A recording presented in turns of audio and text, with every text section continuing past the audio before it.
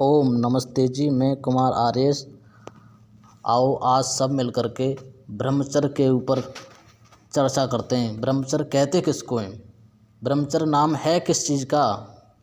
तो पहला, ब्रह्म नाम ईश्वर का है। ब्रह्म नाम वेद को भी बोलते हैं। ब्रह्म नाम ज्ञान का भी है और ब्रह्म नाम एक वीर का भी है जो हमारे शरीर में होती है।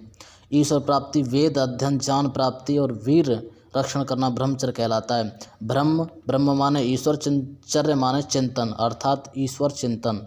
ब्रह्म माने वेद, चर्य माने अध्ययन करना और अर्थात इसका मतलब ये हुआ वेद का अध्ययन करना। ब्रह्म माने ज्ञान, चर्य माने उपार्जन, ज्ञान उपार्जन अर्थात ज्ञान को इकट्ठा करना।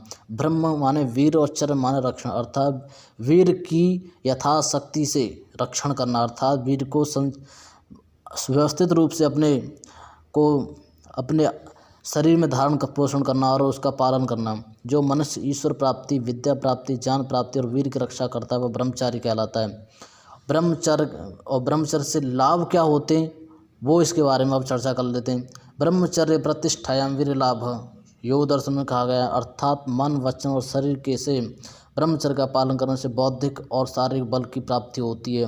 ब्रह्मचर्येण तपसा देवा मृत्युमुपाघ्नत अथर्ववेद में भी कहा गया अर्थात ब्रह्मचर्य के तप से देव मृत्यु को जीत लेते हैं। महाभारत में भीष्म जी युधिष्ठिर को ब्रह्मचर्य की महिमा का वर्णन करते हुए कहते हैं कि आजन्म मरणाद्यस्तु ब्रह्मचारी भवेदिह न तस्य किंचित प्राप्यमिति विद्धि न राधिप।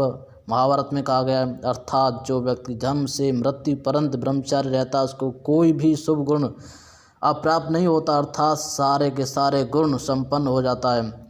ब्रह्मचर्य का प्रथम भाग ईश्वर उपासना है। जो इस व्यक्ति ईश्वर की उपासना करता है उसकी सभी कामनाएं पूर्ण हो जाती हैं।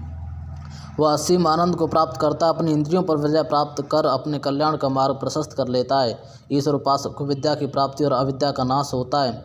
विद्या प्राप्ति ईश्वर के सानिध्य से ही संभव है। जब मनुष्य विद्या प्राप्त कर लेता है, ज्ञान प्राप्त कर लेता है तो वह सत्य और असत्य का निर्णय कर सत्य मार्ग पर बढ़ा चला जाता है। ब्रह्मचर्य का दूसरा भाग वेद अध्ययन है। वेदों के अध्ययन से व्यक्ति संसार के तीनों प्रमुख पदार्थों ईश्वर, जीव, प्रकृति का यथार्थ ज्ञान प्राप्त कर लेता है। वेद का अध्ययन करने से कर्म और उपासना अर्थात योगाभ्यास के स्वरूप का ज्ञान होता है।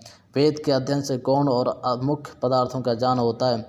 वेद के अध्ययन से मनुष्य को साध्य, साधक और साधन का ठीक ठीक पर ज्ञान हो जाता है। वेद के अध्ययन से मनुष्य इस जीवन के लक्ष्य को प्राप्त कर लेता है और जन्म मरण के बंधन से छूट जाता है। तमे विदित्वाति मृत्यु में तीनान्य पंथा विद्यते अनाय अर्थात उस ईश्वर को जानकर ही मनुष्य मृत्यु आदि सभी दुखों से छूटता है। इसके अतिरिक्त और कोई मुक्ति का मार्ग नहीं है। इति ओम।